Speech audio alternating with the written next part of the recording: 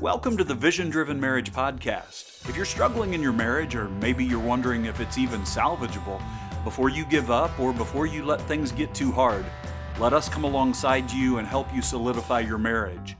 We offer biblical encouragement and insight to help you strengthen your marriage. Welcome to a special episode of the Vision Driven Marriage Podcast, where love, faith, and restoration converge in the beautiful narratives of the couples whose journeys exemplify the transformative power of God within marriage. As we celebrate the month of February and the approach of Valentine's Day, we delve into the profound testimonies of the couples who will join us for the next 3 episodes. Joining us today is Anna McLaughlin and Rick and Nancy K. Grace, who graciously shared their experiences of God's miraculous restoration within their marriages. In a world often fraught with challenges and uncertainties, the institution of marriage can face its own trials. Yet, amidst the storms, there exists a beacon of hope, a testament to the enduring power of love guided by divine purpose. Through the heartfelt stories of Anna McLaughlin and Rick and Nancy K. Grace, we witness how God's grace and intervention not only mend brokenness, but also elevate relationships to new heights of fulfillment and purpose. Join us as we embark on a journey of love, redemption, and renewal. Through candid conversations and shared experiences, Anna, and then Rick and Nancy K., offer glimpses into the complexities of marriages and the unwavering faith that sustains them through every trial. Their stories serve as beacons of hope for couples navigating their own paths, inspiring them to seek God's guidance in the pursuit of a vision-driven marriage. So grab a cup of tea, settle in, and allow the transformative narratives of Anna McLaughlin and Rick and Nancy K. Grace to illuminate your hearts and minds. Welcome to the Vision Driven Marriage Podcast, a celebration of love, restoration, and the boundless grace of God. Welcome, Anna. I am so glad that you are able to be with us today. Oh, it's so great to be here. Thank you both so much for having me. I wanted to ask, how has God provided transformation or restoration in or through your marriage?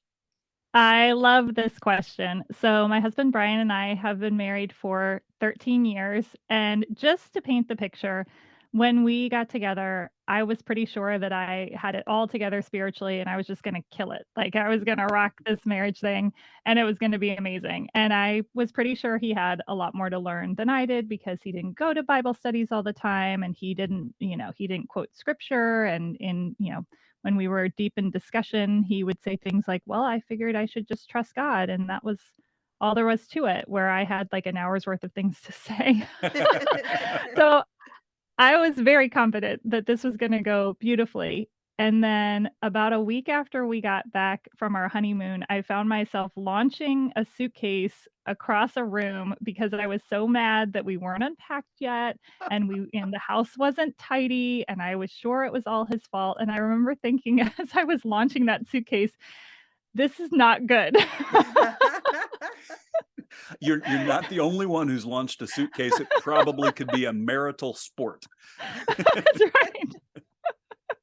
That's right. That's what I've come to learn. But at the time, I was like, oh no, like what is in me? And, I think that's one of the things that was so eye-opening to me is just realizing it was much easier to look faithful and loving and calm and quiet when most of my time was spent by myself, tucked up in my prayer chair or with some friends that I could kind of come and go in life with. But there was a lot to, marriage. I heard once marriage is more like open heart surgery, right? Than it is like this kind of constant date night that we think it's supposed to be. And I remember telling my girlfriends, I was like, somehow I thought I'd just put on that white dress and just never take it off. Like it would always be that moment, right?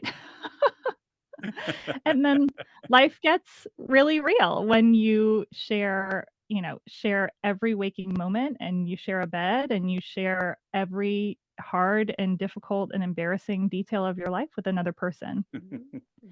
So that was our beginning. And I had been raised in a home. My parents were divorced through my during my childhood, and then I had some mental health issues that I didn't really realize were mental health issues at the time. And so my husband became this very gracious mirror to just say, like, it started even when we were dating and engaged. He would say things like, "Oh, I feel sad because like that friendship that you're in, I don't feel like they're very nice to you." And I was like, "Well, what do you mean? You just stick it out and you just like let people treat you unkindly because it's your fault." And he was just this very um for all my pride, thinking that I was so righteous, right? I thought I was so righteous because I had when we got together, I was a corporate lawyer, so I was quick on my feet and I was well educated. But the things that mattered most, my husband really already had those, just this sense of faith, this stability, and I did not. And so I think one of the biggest things that I needed to learn to truly allow transformation in our marriage was I kept trying to make my husband over in my own image, right? I was like, here's how you should approach the Bible, and here's what your prayer time should look like, and here's how you should be leading us, which I think is now I'm like, I can't believe how do I know, right? How do I know it's not my job? But I so desperately wanted, and I think this is a big temptation for women. We, when we're dating, I loved the masculinity of my husband. And then once we got married, I really wanted a girlfriend, talk to me and hear me and nurture me and understand me. And let's just powwow for hours. It's like, that's not how he was created. And so um, the otherness of him is what drew me to him to begin with, but that's not what I wanted once we got together because it challenged me and it made me Yeah. uncomfortable. And the Lord And so, used the way he was to bring out the best in you, right? Is that yes, what I hear you saying? yes, Yeah. that's exactly right. Like when I allowed myself to say, like, okay, I want you to be like me, but in my flesh. But what the Lord's really inviting me to do is to celebrate how my husband has been made to look like him already. Hmm. He's been made in God's image, not in mine. And so when I released that control and said, let me seek to understand you instead of constantly fighting to be understood, that's when all of a sudden he really was able to be most fully himself, which is exactly what I needed to heal from my fears and my relational wounds. So we're 13 years in where, we've reached a point of I know like and appreciate him most of the time. Most of the time. Yes, yes. I understand that. Right? Yeah. Yep. And so, but I And love how you describe your marriage and as a healing place, like the Lord mhm, used your marriage as a place of healing for your childhood hurts and your yes, upbringing. And I think that's what God intended a marriage to look like, that it can be a healing, redemptive place when both mhm, spouses are following the leading of the Lord. Right. that's right. Mhm. That's exactly right. And that's really, I think for both of us, that's what we found in, just in each other, this place of safety and this place of being complementary towards one another of just I'm better because of you. Right. Um, and it started with being able to see him and appreciate him for who he actually was rather than constantly wanting him to be otherwise. Yes, very powerful. Anna, your testimony is very, very powerful. And I so appreciate the willingness to share. And I know that it's going to bless many, many listeners. Yeah, for all of our listeners Mhm. that can identify with what Anna shared, know that that same hope that she has just communicated with you is available for you when you seek the Lord as well. He's got a plan for you. He's got a plan for your marriage, and it may not look exactly the way that it looked in the same steps that it looked in Anna's marriage, but the same God with the same hope will provide those things for your marriage as well. Thank you so much for sharing, Anna. Thank you so much for having me. It's been wonderful. And joining us now are Rick and Nancy K. Grace. Today we're talking to Nancy K. and Rick Grace, and they're going to give us a testimony of how the Lord has worked transformational or restorational in their marriage. Welcome, Nancy K. and Rick. Thank you. It's good Thank to be you. with you. We're glad to be here, and we're glad to talk about this because we are excited to see and that we've experienced the transformation of God's love in our marriage. When we got married, we thought, well, we're both Christian. It should be easy, right? Wrong. And so we had a journey to just begin to unpack that and see what all is involved in really inviting God into our relationship and letting him be the transforming person, the transforming power, as God works in each of our individual lives, but he also works in our marriage. You know, honestly, when we got married, we didn't have a clue what to expect. None. And we didn't either. Yeah. I think it's a very, very popular club we were all in. Yeah. Yeah. We really didn't have what we would consider a healthy model of marriages that we could even imitate. From our families of origin. Yeah. The one thing we did know is that we didn't want our marriage to look like either Of our parents. either of our parents' marriages, for a variety of reasons. And I think where God began to transform at least me, if not us, in the early stages of our marriage, is we learned quickly nothing reveals your self-centered and selfishness the way marriage does. Yep. Okay. Yeah. Where we came in with expectations, but we had never articulated them to each other. So we had set each other up to fail because we never did articulate the expectations.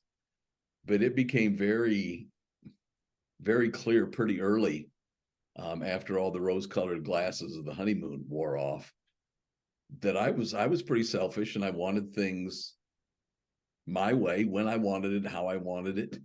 I want things my way. I mean, don't interrupt me when I have to do something as mundane as making supper. Come on. Yeah, I think we've experienced things like that too. I don't want to be interrupted, but it is supper time, so something has to be done. Okay. Yeah. No expectations. So I remember coming home from my church office Early in our marriage. expecting, maybe like supper to be ready or being prepared. And Nancy was happily sitting at her piano, just worshiping the Lord. And when I suggested something about supper, well, I could either make it or we could go out and get it. One of the two. That's how I make supper too, reservations. Yeah. I got that recipe. Do you? Yeah.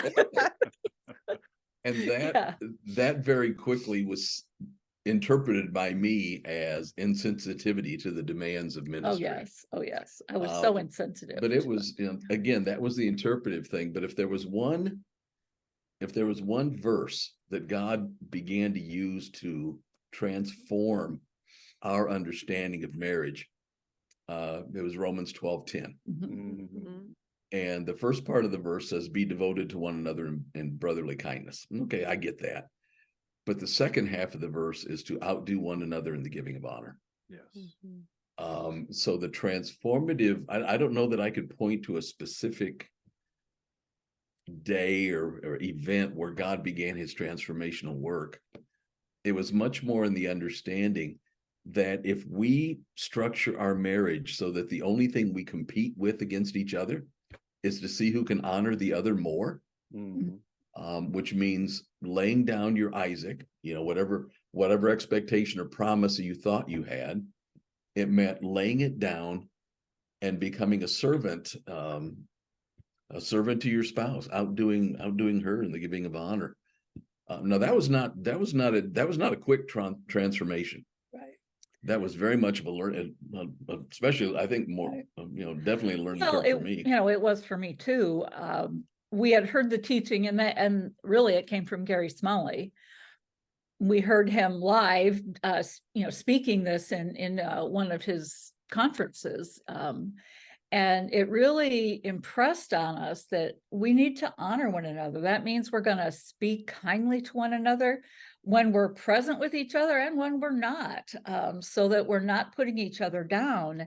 And it's something that we can then cherish, that we do cherish each other. And still, even today, after 48 years, that we can still manage to cherish each other. It's hard some days. So you can, anyway. So, but I would say that just grasping that principle of honor from the Bible and seeing that we see that we can apply it into the community, the church community, the faith community, to honor one another.